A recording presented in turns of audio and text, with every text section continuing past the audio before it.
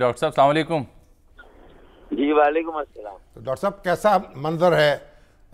یعنی نشستیں جو ہیں آپ صرف شہری علاقوں میں لڑیں گے یا دیہی علاقوں میں بھی لڑیں گے؟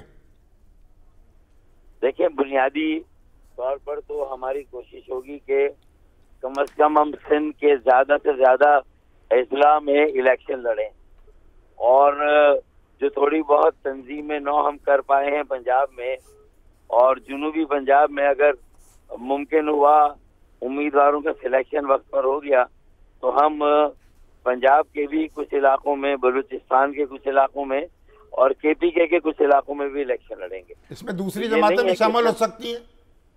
جی، آپ کے اتحاد میں کئی دوسری جماعتیں بھی شامل ہو سکتی ہیں؟ دیکھیں، اصل میں یہ اتحاد کا جو ایک میں سن رہا ہوں، الیکشن الائنس یا الیکٹورل الائنس کوئی یعنی کوئی ایسا اتحاد نہیں کہ ایک نشان پر الیکشن لڑ رہے ہیں۔ ہاں ٹھیک ہے، ملک کے کثیر الجہتی مسائل کے حل کے لیے، عوام کو مشکلات سے نکالنے کے لیے ایک قومی اتفاق رائے کا قیام ناگزیر ہے، اور اس کے لیے ہماری ایک 6 رکنی کمیٹی بیٹھ کے چارٹر تیار کرے گی، اور اس پر پہلے ہمارے درمیان اتفاق ہوگا انشاءاللہ، تو باقی ہم خیال اور جو ہم خیال نہیں جماعتوں کو بھی دعوت دیں گے کہ آئیں۔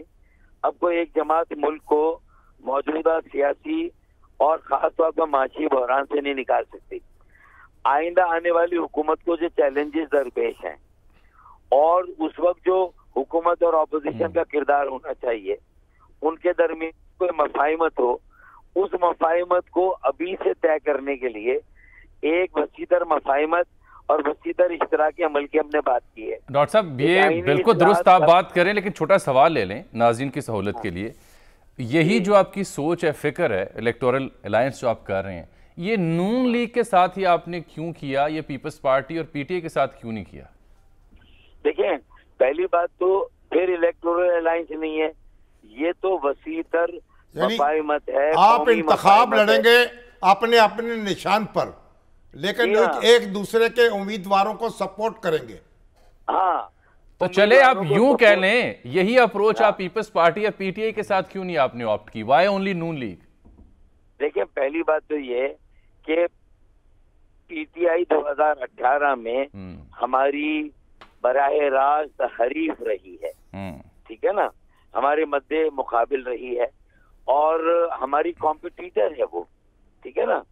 تو ہم یہ سمجھتے ہیں کہ پی ٹی آئی کو جو ہماری سیٹیں دی گئی تھی اس وقت، جو ایک مخصوص پس منظر تھا 2018 کے الیکشن کا، ہم تو یہ سمجھتے ہیں کہ اب اگر وہ رکاوٹیں دور ہو گئی ہیں، اب لیول پلینگ فیلڈ اگر آ گیا ہے، اور گزشتہ 15 سالوں میں پیپلز پارٹی نے بھی سول انتظامیہ اور پولیس انتظامیہ میں جو اپنی کرپٹ اور بدترین حکمرانی کے ذریعے جس طرح کا نظام یہاں وضع کیا، اور اگر وہی لیگیسی رہتی ہے تو الیکشن کی شفافیت پر ایک سوال آئے گا۔ تو پھر 15 سالوں کی اس لیگیسی کی جو باقیات ہیں، اس کے ہوتے ہوئے جب پیپلز پارٹی کا کراچی میں ووٹ بینک ہی نہیں ہے، بلدیاتی انتخابات نے ثابت کر دیا کہ انہوں نے جس طرح 20,000 پر اپنا حلقہ بنا کے 90,000 پر ہمارا حلقہ بنا کر، جس کی وجہ سے 50 سیٹوں کا سیدھا خسارہ کراچی کے ووٹر اور عوام کو دیا گیا، اس کے احتجاج میں ہم نے بائیکاٹ کیا۔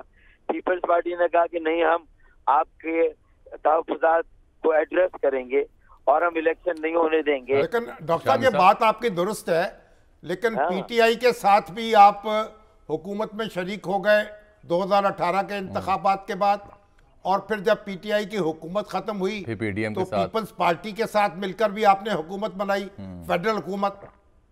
تو اس کا مطلب ہے انتخابات کے بعد کوئی معاملہ ہو سکتا ہے، اگر انتخابات سے پہلے نہیں ہو پا رہا تو؟ دیکھیں، انتخابات سے پہلے اگر کچھ بنیادی چیزیں طے ہو جائیں نا، اور اس میں چاہے کوئی بھی سیاسی جماعت آ جائے، اگر ایک قومی اتفاق رائے اگر ہوتا ہے تو آگے کی جمہوریت کو پھلنے بھولنے کا اور آگے کی سیاسی سفر کی دائمیت جو ہے وہ کہ استحکام کا ایک ضمانت مل سکتی ہے نا۔ ہوتا یہی ہے نا کہ الیکشن سے پہلے سب اپنے اپنی تلواریں نکال کے لڑتے ہیں.